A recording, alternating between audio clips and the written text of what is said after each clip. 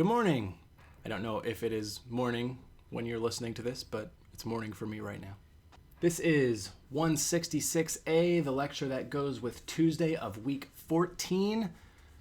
This and the next one I'll post for Thursday are the last regular lectures like this, and then for next week we'll have a practice exam for you to do on Tuesday, and the first pass of the real final exam next Thursday, and then the second optional pass of the final exam during our final exam time, which is Thursday, May 7th at 10 a.m. Remember, both of those real exams are at the actual time that you have to do it, so 9:30 a.m. on Thursday, April 30th, and 10 a.m. on Thursday, May 7th.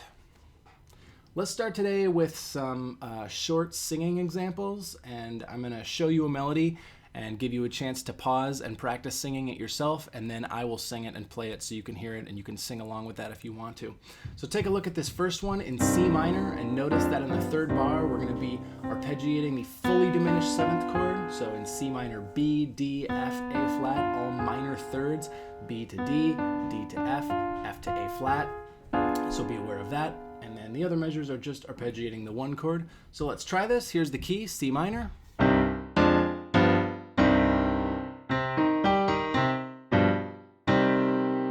Go ahead and pause now and try singing this on your own. And now let's sing it together. 1, 2, 3, 4. Do, me, so, me, do, ti, re, fa, le, so, me, do. Now let's sing it on note names. C, 2, ready, go. C, E flat, G, G, E flat, C, B, D, F, A flat, G, E flat, C. Now let's transpose it to D minor and sing it on note names. 1, 2, 3, 4. D, F, A, F, D, C sharp, E, G, B flat, A, F, D. One more, let's transpose it to F minor. 1, 2, 3, 4. F, A flat, C, C, A flat, F, E, G, B flat, D flat, C, A flat, F. This is a good way to practice with any melody that you know well. Sing it on the note names. Sitting at the piano and checking yourself, playing while you sing is a good way to work on that, and then just transpose it around into different key areas. If I want to sing the opening gesture of Happy Birthday, C, C, D, C, F, E, now pretend the first note is B flat, B flat, B flat, C, B flat, E flat, D. Now pretend the first note is G. G, G, A, G, C, B. You don't have to actually be singing it in the correct key, like with perfect pitch, to be able to work on this just walking around. Think about the notes and their relationships and the intervals, and practice different common gestures that you know how they go, starting on various notes. Here's another one. We're in D major now. Notice the chord in the second and third measure is arpeggiating 7 half diminished 7. So C sharp, E, G, B, minor thirds between the first two pairs of notes, and then a major third from the 5th up to the 7th of the chord. And think about the difference in sound and feeling between half diminished like this with that major third on top, and fully diminished with the minor third on top. This is a much tighter, tenser, more condensed sound. So in this one, we're going to be looking for that half diminished, that more kind of open, washy sound. Here's the key, D major. Pause and sing this on your own.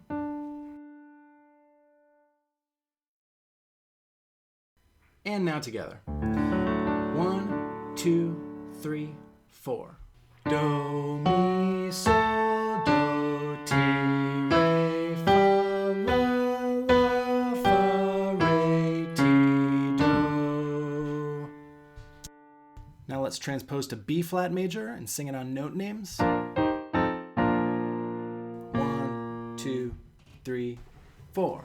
B flat, D, F, B flat, A, C, E flat, G, G, E flat, C, A, B flat. One more time, let's do it in D flat major. Same thing, note names. 1, 2, 3, 4. D flat, F, A flat, D flat, C, E flat, G flat, B flat, B flat, G flat, E flat, C, D flat.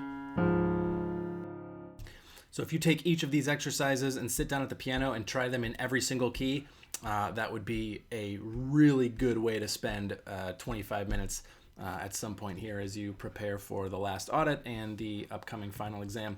Let's go on to melodic dictation. We will be in D major here. Check this out, copy it down without the rests.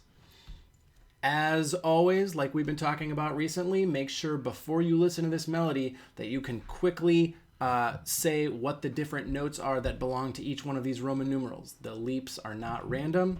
The notes that you hear above these various Roman numerals are going to correspond with them pretty closely. Here we go. We're in D major in 4/4.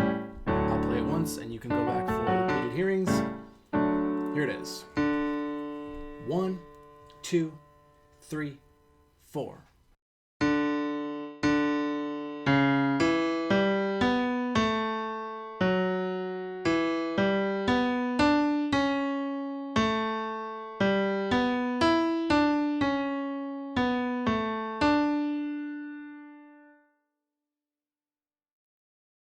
Go back now, otherwise here come the answers. Notice that these first two seventh chords in measures 1 and 2 were outlined exactly in root position. So 7 half diminished 7, C sharp to E, E to G, both minor thirds, and then G to B, a major third. And in the second bar, 2/7, E is Re, G, B, D, E, G, B, D, Re, Fa, La, Do. I recommend pausing the video right now and singing through this a couple times. If you're feeling ambitious, you can even transpose it to a different key and sing it on the note names like we were just doing with those shorter melodic examples. And now we're going to go on to some seventh chord identification. See here that we've written out the 5 qualities of seventh chords, one right after the other. And you'll notice that if you write these all out with the same root, only one pitch changes each time. So as we go from C major 7 to C dominant, that 7th just gets lowered by a half step. As we go from C dominant to C minor 7th, the 3rd is lowered. C minor to C half diminished, the 5th is lowered. And then from C half diminished to C fully diminished, the 7th is lowered. So the half diminished chord that you see, C half diminished 7, that would be diatonic to the key of D flat major. And the fully diminished 7th chord, C fully diminished 7th, with that B double flat, that would be diatonic to the key of D flat minor.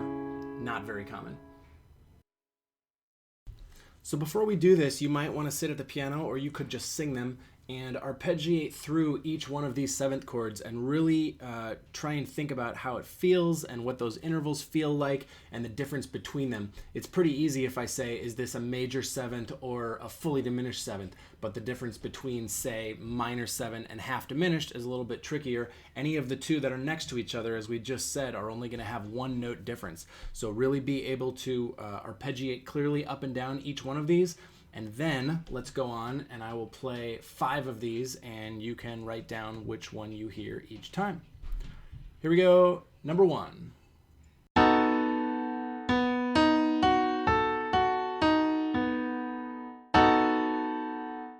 And again.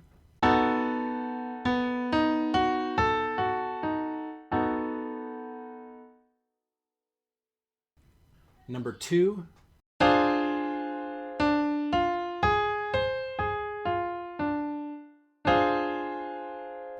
And again.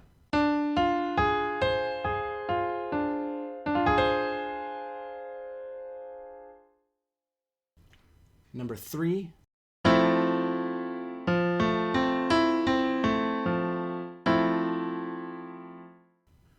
And again.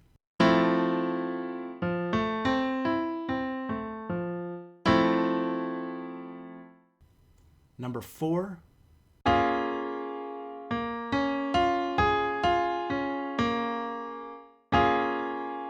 And again.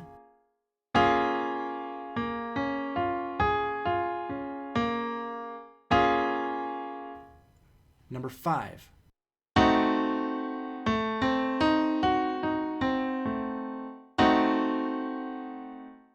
And again.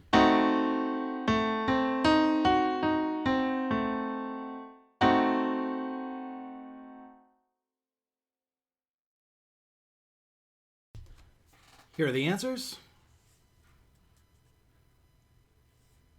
And let's do 5 more. Number 1.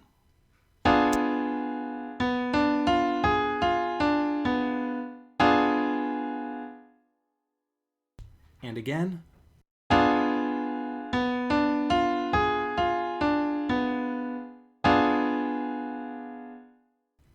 Number 2.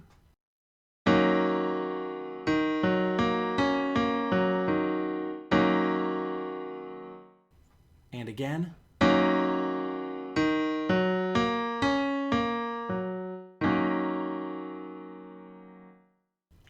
Number 3.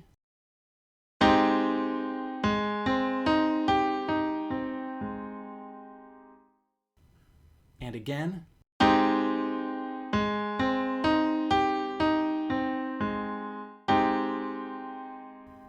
Number 4.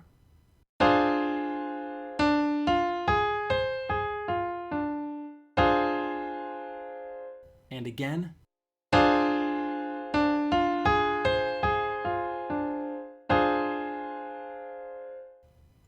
Number 5.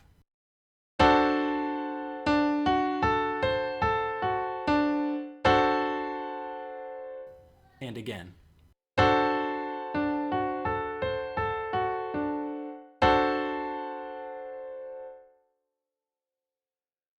And here are the answers.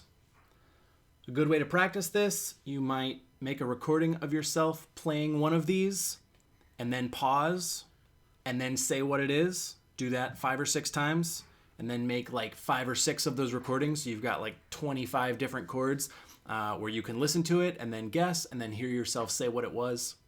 Maybe you can come up with other creative ways to practice this. Again, I would say writing them out and thinking about how these different chords want to move and resolve in functional progressions will not only help you give context to what they sound like when you hear them in isolation, but that will also continue to build your chops for the kinds of things we're working on in theory.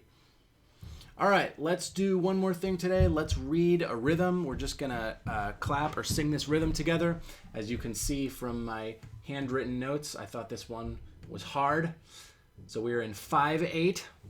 Look this over. You might want to pause and try it yourself. And let's do it together. I'll count you in. I'll just count to 5 in every measure, and in that first bar with the pickup, you'll hear 1, 2, 3, 4, clap that last 8th note, and then we'll be off. Here we go. 1, 2, 3, 4, 5. 1, 2, 3, 4, 5. 1, off. 3, 4, 5. 1, 2, 3, 4, 5. 1, 2, 3, 4, 5. 1, 2, 3, 4, 5. 1, 2, off. 4, 5. 1, 2, 3, 4, 5. 1, 2, 3, 4, off.